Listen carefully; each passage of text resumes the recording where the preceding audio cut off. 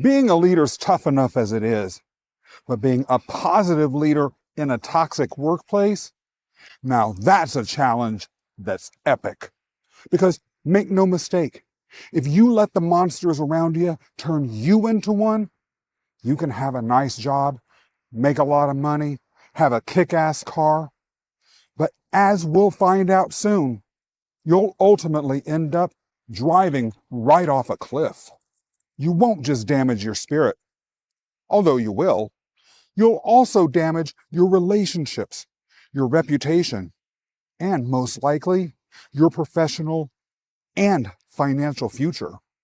This is an important thing to talk about now because everywhere I go, I hear folks going on and on about their crazy, power-mad bosses, abusive coworkers, and even worse. In fact, during the pandemic, an entire online phenomenon called quiet quitting went viral. It was all about people who were passively leaning back away from doing anything but the absolute bare minimum at their jobs. Sometimes even less, in seemingly invisible retaliation for ongoing abusive experiences they were having every day in their workplaces. Plus, an entire other genre of videos went viral where people were celebrating abruptly quitting their jobs, having had enough of the toxicity and the nastiness. They couldn't take it anymore. And I think we all can remember exactly how well received those videos were. Practically everyone could relate. But then, as the pandemic ended and people began to return back to work, media reports began to surface that a lot of executive leaders felt that the pendulum had swung too far in favor of a pro-employee culture. The same reports made it seem like abusive management was suddenly back in vogue, with no signs of abating, and possibly getting even worse and worse as we move forward. Before we go any further, I'd love to hear exactly what your experience has been. Do you think that workplaces have gotten more and more toxic? What about your own workplace? Please share your thoughts below. In any event, no matter what sort of work circumstances you're in right now, the hard reality is that toxic workplaces are never going to go away. Neither will abusive bosses. Unless you're the CEO, setting the cultural tone for the entire company, the reality is, at one point or another, as a leader of any stature, you're eventually going to have to work within a toxic work culture. So the question is, who are you going to be in that environment? How are you choosing to engage with toxicity? What do you let your workplace turn you into? And what happens if you make the wrong choice? I'll be honest with you. In those sorts of circumstances, doing as the Romans do often seems like the easiest choice. And if you're looking for prestige, advancement, or more money within those organizations, it can even seem like the only choice, at least on the surface. But is what seems to be true really true? I'm about to answer that question with two stories from my own career, as well as a Greek myth that addresses this exact issue and gives a definitive answer.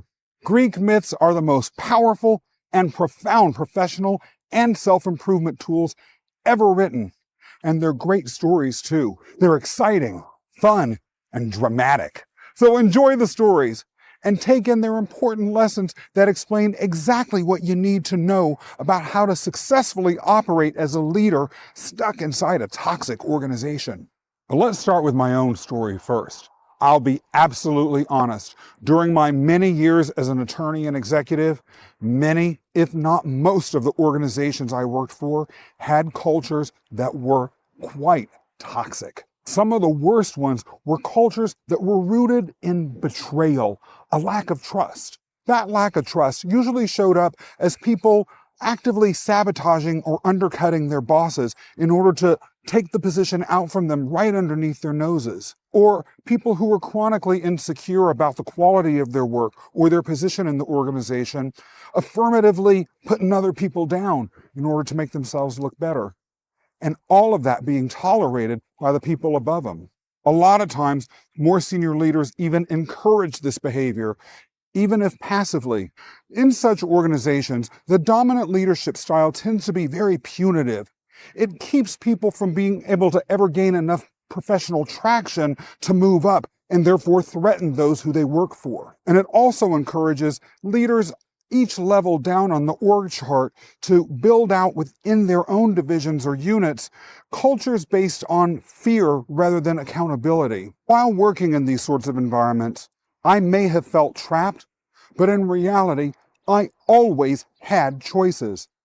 For instance, one choice was to simply leave. Although, to be honest, due to student debt and personal living expenses, a lot of times that option just wasn't realistic. Another choice was to push back, but that was easier said than done. From my perspective, pushing back against a toxic boss was riskier than anything that I could do because of the very punitive nature of the cultures that they created. Plus, if I ended up getting demoted or stuck or even fired because of my actions, I felt like my career would never overcome the stain. The third choice, of course, was to become exactly what the culture wanted me to become: a monster. The choice I initially made became very clear when I was suddenly faced with a problem caused by an employee who made an unintentional but big mistake. Now, to be clear, his mistake wasn't something that posed an existential threat to me or to the organization, but it still was a significant mistake, and it needed to be addressed. How I chose to address it went to the crux of my choice. At first, I was going to write a memo describing the mistake and then coming up with a plan to make sure that that sort of mistake never happened again. But as I was discussing this strategy with my boss, she stopped me and told me that what I was planning to do was utterly unacceptable. My boss then dictated to me exactly what I was to write and say to this employee in no uncertain terms. Suffice it to say, the tone and tenor of the memo, as well as the impression that it gave this employee about their future, was extraordinarily severe. The whole thing made it clear he'd better never make that mistake again. He wasn't forgiven, and I had his number. To my eternal regret, I backed away from what I'd planned to do and followed through exactly as my boss had instructed. When the employee got my communication, I later heard that he burst into tears and was inconsolable. I found out he spent the rest of the entire year in a constant state of terror that he'd be fired, and everyone around him who knew, loved, and respected him was horrified. Not with him or his mistake, but with me. Worst of all, what I did had turned me into someone who had operated against my core values. I became something that I detested, that I had always sworn I'd never let myself be. In other words, with a single decision, I had fallen away from my highest self, my inner Olympian God, and descended into being something that was far less than I was capable of being, less than I wanted to be, and less than those who needed my services and my skills deserved to have. I had become like a little known but important character from Greek mythology, a man named Myrtilus. In the Greek myths, Myrtilus was the charioteer for the ruler of a kingdom called 𝗧𝗓𝗓. The king of 𝗧𝗓𝗓 had a beautiful daughter that everyone in Greece wanted to marry. But the king was very particular about who he would allow near his daughter at all, let alone who could marry her. So the king put together an elaborate plan to keep his daughter single. He told everyone who was interested in her that, of course, they could marry the daughter, but only if they agreed to a chariot race with him, the king, first. What the king didn't tell everybody was that he had stacked the deck so that no one could win this chariot race. The king's chariots were driven by horses that had been given to him by Ares, the god of war. These horses were magic. It was impossible for any regular horse to ever beat them. By the time this story was set, 13 young men had already tried to race the king and get married to his daughter. And of course, they all had lost. Being a punitive, toxic ruler, the king of Elis had beheaded each of those young men. And in fact, he decorated his palace with their skulls. Ever had a boss like that? Eventually, a suitor named Pelops showed up. Now, Pelops had an advantage that none of the other suitors did. He was a personal favorite of Poseidon, god of the sea. Poseidon had invented the entire species of horses and had given Pelops some magical horses of his own. Let's face it, if the one who gave you your horses was the inventor of horses, there was no other horse in the world, not even the war god's horses, who could outperform them. And if being special horses created just for Pelops by Poseidon weren't enough, Poseidon also had given Pelops a golden chariot and made sure that these horses could never get tired, no matter how far they ran or how fast the race made them go. Pelops was aware of that and stepped in ready to win. Now, with that sort of advantage, you'd think that Pelops would be good to go. He should have been ready to just pop into the race, win it, and be happily married. But Pelops, despite having a golden chariot and magic horses given to him by the very creator of horses, still wasn't confident that he would win. He wanted 100% certainty that by the time that race was over, the princess would be his bride. And that's where 𝗏𝗏, the king's charioteer, comes into the story. Just like me and so many other leaders, 𝗏𝗏 had a choice. Would he let the corruption and toxicity of the culture all around him define who he was and how he'd act? The night before the race, Pelops approached 𝗏𝗏 with an offer that Pelops believed could help ensure that he would beat the king in the race, and that Pelops claimed would help get 𝗏𝗏 something that he wanted too. Make sure that the king loses the race, Pelops whispered to 𝗏𝗏. If you guarantee that, I'll guarantee you a night of romance with the princess before she and I get married. In that moment, 𝗏𝗏, the charioteer, had a choice. The cultural milieu that he was operating in was treacherous, toxic, and had a complete lack of trust. 𝗏𝗏's boss, the king, was obviously a deceiver and a cheat. But in his own way, so was Pelops. After all, it's not like Pelops was trying to win fairly. And if that weren't bad enough, Pelops didn't view the princess as a human being, just an object for him to throw around however he saw fit. Pelops was just as bad as the king, if not worse. 𝗏𝗏 couldn't change the entire system that he was operating in, just as I couldn't change the entire system of the organization that I was working for in that story I told you a few minutes ago. And just as you might not be able to change the entire organization that you're a leader within, it doesn't mean that even within a problematic system, you can't lead, even if it's just in a small space, by a different example. It might feel risky, and you may well be scared. But as I found out, and as 𝗏𝗏 found out too, doing what feels risky is still a lot less dangerous than what might seem easy, but is still wrong. Like practically anyone watching this video, 𝗏𝗏 was smart. He wouldn't have gotten where he was otherwise. He was smart enough to be able to rationalize his behavior away, no matter how wrong it was. I've been guilty of that, and you might have been guilty of it sometimes too. 𝗏𝗏 had a secret crush on the princess, so seeing this as an opportunity to spend some time with her, even if she didn't ask for it, as well as maybe a chance to curry favor with Pelops and then get ahead professionally, he accepted the offer. Once that decision was made, 𝗏𝗏 sealed his own fate.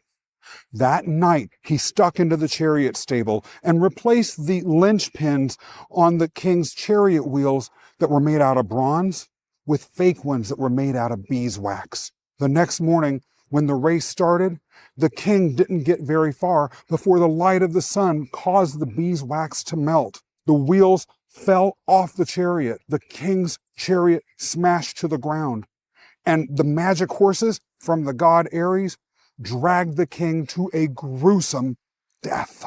If there's one thing I've learned in life the hard way, and that people never seem to learn, hey, just look at the news, it's that you should never, ever trust the treacherous. Let me say this again, just for emphasis. If someone schemes and plots against other people to get ahead, they're going to scheme and plot against you too. It's just a matter of when it benefits them. Never, ever trust someone like that. Please, I'm begging you. You might think that somehow you'll be the exception. You might delude yourself about their intentions, or you may actually fool yourself into thinking that trusting them is well worth the risk. But it's a universal law. Trusting the treacherous never works out. Ever. And that's one of the most important reasons why I believe that becoming a toxic leader simply to survive or get ahead within a toxic organization ultimately is so self-defeating. The system that you're bending yourself to inevitably is going to turn on you anyway. I found that out, and so did 𝗏𝗏𝗆. And just to prove a point, when that boss found out how the employee had reacted to my communication and how everyone around him had reacted, I got in trouble. I took the blame. I paid the professional price, even though I had only had that communication at her explicit instruction. It would have been better for me all along if I had simply followed my instinct, stood up, and done what I thought was right. I had bent myself to the will of a toxic boss because I trusted them. Well, more the fool me. In 𝗏𝗏𝗆's case, once the race was over and the king was dead, he wanted to call in his chips. He expected to have the end of the bargain that he'd been promised fulfilled. In other words, he trusted the treacherous. He approached the princess about their night of romantic love.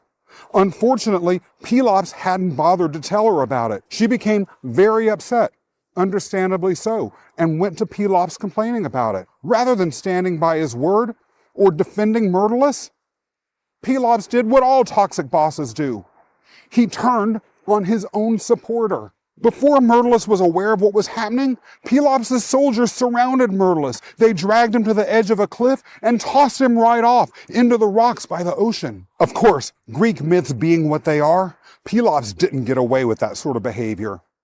As 𝗏𝗏𝗆 was falling down onto the rocks to his death, he placed a curse on Pelops and all of Pelops' descendants. And in fact, starting with Pelops' own children and going on for generation after generation, Pelops' family was filled with stories of heartbreak, suicide, murder, and endless, ceaseless drama, all of which ended tragically.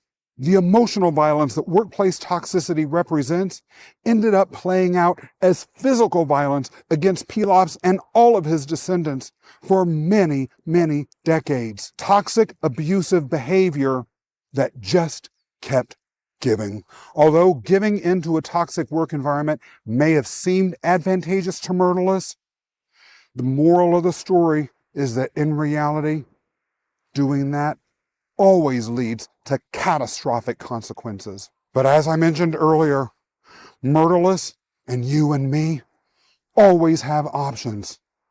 𝗏𝗏𝗆 could have, despite the pressure, created a bubble around himself in which the decisions that he made were aligned with who and what he was inside, aligned with his highest self, with his own Olympian God. Sometime later, I was confronted with another employee who made a similar serious mistake. As with the first employee, it cost the organization I worked for some money. As with the first employee, while it was a big boo-boo, it wasn't, by any stretch of the imagination, the end of the world. This time, when I communicated my concerns with the employee, I did it according to what I felt was right. When I had conversations with this employee, I had them on my own terms. I asked him if he understood the consequences of what occurred. It turns out he really hadn't grasped it. As I went into detail about exactly what his mistake had led to and asked him what he would have done differently, this employee, who was a good person and truly wanted to do his best, just like the employee I mentioned earlier, was devastated. I'll never forget him looking down at the floor, so brokenhearted, disappointed in himself. He looked like he wanted to cry. But it wasn't out of fear. It was because he had disappointed me, the organization, and himself. He swore he'd never do it again, and I believed him. I didn't need to threaten him. I didn't need to make him feel fear. That being said, I knew after talking to that employee that by creating the space for him to be held accountable and to hold himself accountable without fear for the future, things would turn out right. That employee ended up performing well for the entire rest of his career. Nonetheless, when I told my boss what I had done with this employee, they were very angry. I was accused of being a poor boss and told I would pay the price. I did pay the price. But you know what? It was worth it. I have had that employee's loyalty ever since. The unit's morale didn't tank. And most importantly, I was my highest self. And I learned something else, something that had never even occurred to me, which is that when I decided to create my own little universe within this toxic organization, where people could feel safe, where they could make mistakes, know they'd be forgiven, my staff began to thrive. It's almost like a mini Big Bang had occurred within this organization. And this little universe that started with a realization of possibility by one employee expanded out. And that led to the revelation that I want to share with you, which is that when you create your own beautiful universe within a larger universe that's corrupt and toxic, you're engaging in an act of leadership creation. And what is transformational leadership? What were the Olympian gods known for? The act of creation. When you build your own space within a culture that's toxic, a space that's different, where the rules exist on your terms and are consistent with your values and your way of being, you'll tap into a creative power that you never imagined you had. And that allows you to step further and further and further into creative risk-taking when it comes to building employee culture. You literally become more and more like an Olympian god. And by the way, nothing's more beautiful than seeing your own staff follow your lead. It's a lot like watching the emergence of a whole team of ancient Greek heroes. That is leadership worthy of Mount Olympus. So to wrap things up, here are 3 key takeaways. Number 1, if you're a leader in an organization with a toxic culture, you may face choices about how you treat others in your team or around you that test your commitment to your values and the extent to which you can rise to your highest self or sink to something lower. Always be cognizant of those situations when they occur and the fact that the choices that you can make really do exist and matter. Number 2, when you do make that choice, be fully aware that if your choice is to more deeply enmesh yourself within the toxicity of that organization, it will ultimately turn on you. So do an accurate risk assessment when you think about how you're choosing to respond to the decisions that you're going to have to make. Be mindful of the big picture, the long haul, the consequences that might seem scary and might not be as easy to live with, but might have a different payoff than if you just, as we mentioned earlier, do as do the Romans. Number 3, always challenge yourself to tap into your true creative abilities as a leader, including your ability to create a bubble that is your own culture within the larger toxic culture, one that's positive and that will encourage your team as well as your spirit to absolutely thrive.